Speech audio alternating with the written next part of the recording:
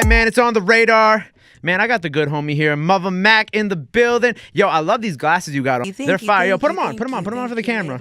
Made them myself. You gotta put them Mack on for the original, camera. Big Draco-ish. Yo, you're like, your art skills are showing out here. Thank you. I like to paint sometimes. You were a teacher at one point, too. So I was Are you still a teacher? No, not necessarily. I'm more of like a teacher's assistant now, but I always like to still work with kids. Always have to like have that just so that they know that, you know, you can do what you want to do. Yeah. And still do what you have to do at the same time. So I always like to make sure that they know that. I know you got your own little one at home too now, Yes, right? I do. How old is Trinity she? Bell, she's 5 years old. She's so cute. I see her on your Instagram all the time, and I'm like, oh, this little girl's so adorable. Her rap name is Trendstar. She's a rapper I know too. you had her on your project too. I was like, it was in the intro, right? Yeah, she's the intro interlude, the first song, T×2 interlude. That came out on her birthday, November 1st of 2018. That's so so that was like her little birthday video shoot. So you like working with kids a lot? Yeah, I do, because with kids, they're just like black and white. They don't fake it. You get what I'm trying to say? If you ask a kid, do I look drunk nice? adults. Right. If you ask a kid, do I look nice? They're going to say no. Yeah, they're gonna not be like, gonna say yeah. They're gonna be like, this ain't it, Chief. I'm sorry, right. man. And it's I'm like you know what I'm saying? They're just innocent people, innocent bystanders, just kind of just living life. They're like animals. We don't deserve them. I know. It's so funny because you really just be asking kids. You just be like, yo,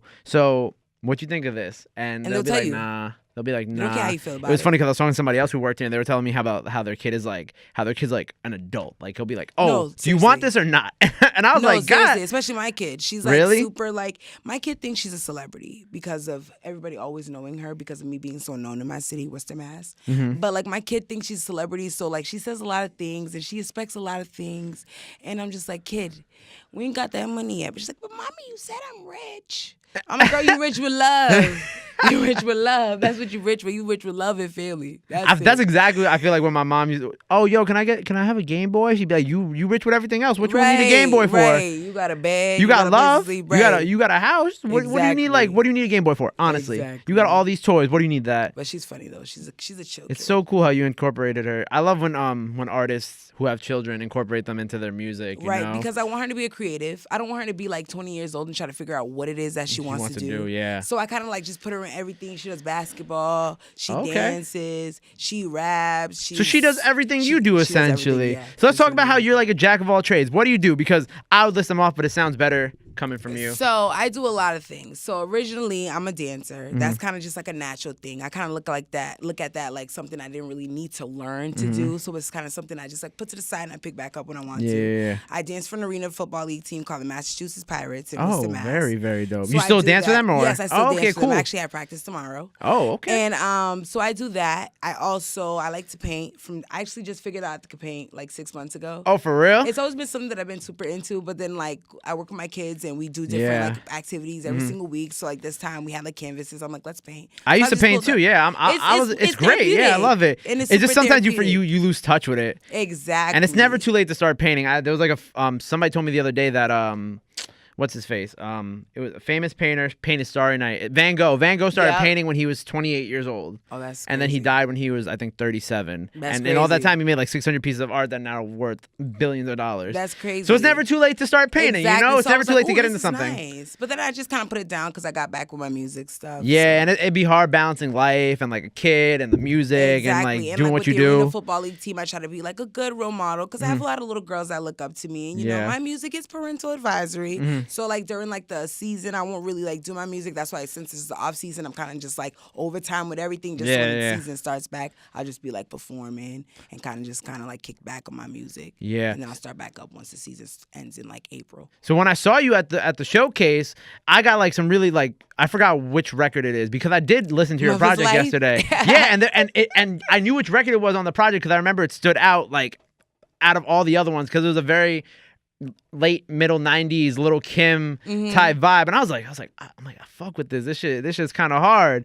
So thank you. Like, what are your inspirations? Like, I'm sure probably Lil Kim's up there. Yeah, for sure. Little Kim is like up I love there, that song so much. But when it comes to like my inspirations, okay, so I was born in California, but I was raised in Massachusetts. So it's kind of complicated because it's like I got the East Coast, but I got the West Coast as well. How old were you when you moved to Massachusetts? I was like 3-4 years old, just about. So I was raised in Mass. You know what I'm trying to say? But I go to Cali like twice a year. I just haven't gone this year yet. But like when it comes to my inspiration, like Jay-Z's #1. I love Jadakiss. I love Jay-Z. I love Jadakiss. I love the Carters, so that's Beyonce and Jay-Z.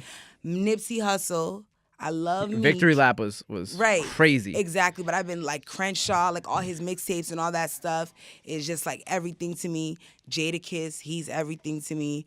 And as far as like females are concerned, I really would just say like Lil' Kim is just the only one that really does it for me as far as like inspo. Right. Everybody else, like I got mad love for them. Cardi, I got mad love for Cardi. You know what I'm saying? Nicki, I got crazy love for Nicki. But as far as like when it comes to my music, Lil' Kim's everything. Yeah, because that record was very like Lil' Kim reminiscent. Right. What did I say? I said it was a little bit You of City said Girls. City Girls, Lil' Kim, and like Erykah Badu. Yeah, because that's the vibe I got, because like that's kind of what it just felt like. I like to be conscious. I like to like, cause at the end of the day, I'm real. You know what I'm saying? I do whatever I want to do, but I'm real conscious at the same time because I'm a mom. So I always have to be real conscious and real vigilant with the things I say, things that I do. But I also don't want people to stop doing what they want to do because they're a parent. Yeah. So that's why I still say what I want to say, do what I want to do. But when I'm a parent, I'm a parent.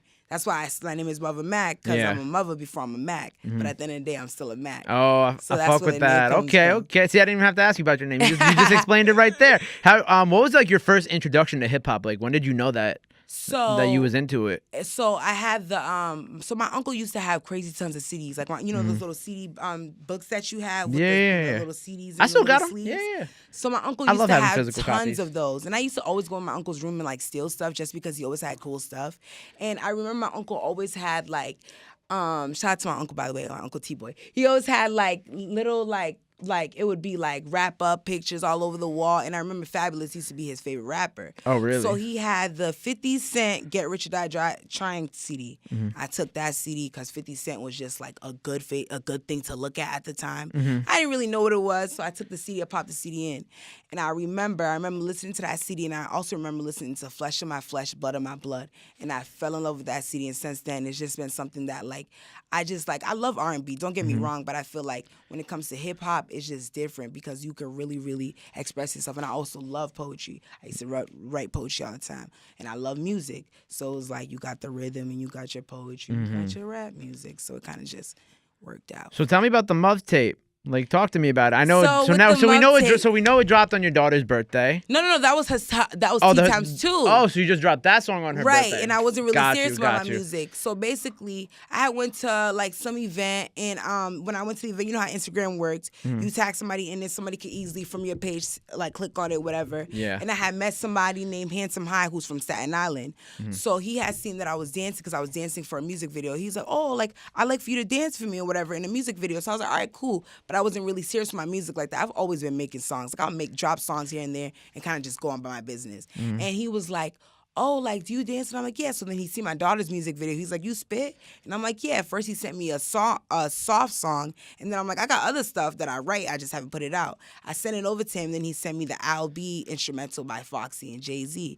And he was like, oh, write to this because I was going to come to New York for my birthday anyways. So then I was like, all right. I wrote to it and I'm like, you want to hear it? He's like, nah, we'll just wait until you get to the studio. So this is somebody I literally met off of Instagram. I was coming to New York for my birthday already. And I'm like, why not drop a track? So I wrote to it real quick. The I'll Be song is actually on my Muvtape. So I wrote to it, we dropped it, and then it was just like one of those things where like everybody in the studio was just like, you're not like done, right? Like this isn't it, right? And I was supposed to come here for a show at like the West End Lounge, but I wasn't able to come to the show, and I was real bummed out about it because that's the day that Jay-Z gifted Meek Mill with the Rockefeller chain. Yeah. And I was real upset because Beyonce was in the same vicinity. Oh, damn. And I You had just missed it. I had just missed it. So That's I was crazy. like upset. So I was Googling stuff. I found the major record label showcase. Yeah. So I seen that they had that going on. I hit up Will Styles. At first I thought it was like one of those scam things. So I was like, is this a scam? Will was like, this ain't no scam. Nah, Will's legit. Right. So then I'm like, shout out to Will, Broke Diddy. But I was like, man, listen, that's what he called himself, the Broke Diddy. So I was like, nah. I was like, boom. I ended up like doing whatever with that. And then I was like, I had said to this dude, Handsome High, I'm like, yo, I'm dropping a tape. He was like, you're dropping a tape. Mind you, this is the end of December, like Christmas time. He's like, you dropping a tape? I'm like, I'm dropping a tape on the 31st of January. Yeah. And then I was like, I don't know what songs are going to be on this tape, but I'm dropping a tape. So I already, two songs I already had was the Tea Times 2, which was me and my daughter's song. Right. And then that I'll Be song, which is the third song on my tape as well. And then after that, I was just like, you know what? And I just kept going. And then major record label showcase was the 31st. So I'm like, I'm going to just drop it on the 31st so it comes hand in hand. Okay. So it's like if everybody wants to be like, oh, you got any music out? Because I didn't have nothing out. Like I had little things that I did on SoundCloud, but I didn't have a project out. So then I was just like, all right, whatever. Let me drop the Muvtape. I got 7 songs on it, 7 days, 7 nights. 7 is a very powerful number. So I was just like, you know what? I'm going to rock with this. And then I just dropped the Muvtape. So now you're taking music seriously is what you're telling me. Like now I'm like super taking it serious. I've done about 4 showcases since I really started, Nice. which was in January. Okay. Every single showcase that I have done, I did get something out of it. So the first showcase, I got like a money prize, cash prize of like $40. So that's my first pay gig. Okay, you can. The second one was this. I got this on the radar, Yeah. podcast. The third one, I got the Meek Mill. I tweeted Meek Mill. He tweeted me back. I got 500K views. Oh, and my girl Taylor Eve followers. was there too, right? Yes, Taylor The Eve was there homie. as well. Okay, so okay. we went over to the Talon Bar. We Yeah, did that with very Block familiar. Stars Entertainment. And then the fourth one, which is the one that I just did, I got the Between Palm Trees interview. So that's my next. Oh, so you're 4 for 4. Yeah, You're 4 for 4. Yeah, like a Wendy's. Yes. So what you doing? So what you got coming up? So what I have coming up is my Between Palm Trees interview that I got to work on that. I got a showcase coming up on the 24th in Brooklyn. I got a show coming up on the 31st in Queens, if I'm not mistaken. Damn, you out here moving. And then I have a show in my own city on the 30th. So that's my first time ever performing in my city. I've just been performing over here. I haven't even performed in my city yet. And then my documentary called Toe the Line, the movie, is coming out. Yeah, so tell me about this documentary. So I went to an art school. And it was a public school, and with the art schools, there's not many funds that come into art schools. Right. And basically, it was kind of like I was the star, one of the stars of my year, and everything was going good. And then senior year, I got pregnant. Right. So that kind of changed the story up a little bit, but it really didn't change the story up because everybody was like, okay, what's she gonna do next? What's she gonna do next? And it was I never kind of really stopped. I was a gymnastics coach. I started a dance program at the behavioral school that I work at. So I've done a lot of things. I went to BT Awards. I auditioned over there. So it kind of trails through that, and I'm kind of narrating it from forward back. So it's about my dance coach, my dance teacher, who was a Rockette at one point in time. So it's just basically about saving the fine arts and how important arts is in the school. Oh, that's So awesome. it's going to be awesome. It's going to be shown in Worcester, Mass. Okay. So that's going to be super huge. I'm super prepared for that. I haven't even seen nothing of it, just little clips and stuff. Okay. So I'm just as Gotcha, surprised as gotcha. everybody else is. So do you have any music coming along with that this year, or what we got Yes, going I on do. this year? Oh no, when it comes with the music, the music is coming. The music is coming. I'm trying to really get my fan base up there by June, so I could just kind of Drop just some stuff. over and over and over. Yeah. But I have a whole lot of stuff just ready to be dropped. I'm just trying to just get my showcases out the way right now.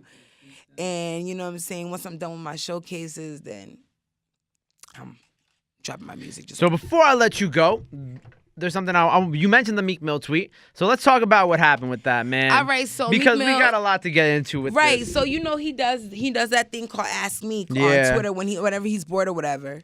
So he had tweeted it 2 minutes prior to from me tweeting him, and he was like, "Oh, I'm on a long ride. Do Ask Meek." So I had just did the showcase, Block Yeah. Stars, whatever. So I'm like, man, I have been tweeting Meek. This is the third time tweeting Meek. I tweet Meek all the time, but usually I just sent him the link. I Yeah. don't actually be like, oh, okay, here's a video of my stuff. Whatever. Yeah. So then I was like, hey, you gonna listen to my mixtape? He was like, nah, but keep grinding. I'll meet you at the top. See, my thing about that is, and I got some comments about that because people was like, "Oh, he was negative clowning her," thing. and I'm like, "That was," and people were defending you and him, and I was like, "That's not negative because if you really think about it, he's just He saying don't got he's like, time. yeah, you know what I'm saying? That's something people don't realize. You can't just pass your mixtape out to people, Right. to famous people like that. Right. You know damn well that they're not gonna listen Right, to and it. I knew he wasn't gonna listen, but guess what? He watched it. Yeah, but he 'Cause still watched the video, you watched know what I'm it. saying? He wouldn't repost it if he didn't watch it. Exactly. So everybody was just clowning just to say something, and I Yeah. just allowed them just to say something. Because at the end of the day, I got 200 plus followers, Can't and complain. I got 500K views. What did you get other than the fact that you decided to say something negative and you probably got 3 likes? What the Speak likes on did it. for you? Speak on it. Nothing. You know what I'm saying? So it's one of those things where it was I wasn't tripping. I looked at it like it was motivation. It was so negative for no reason too, because I'm just everybody's hating, but he's really just Exactly. encouraging you Exactly. to He keep knew doing what you're he was doing. He knew what he was doing. He kind of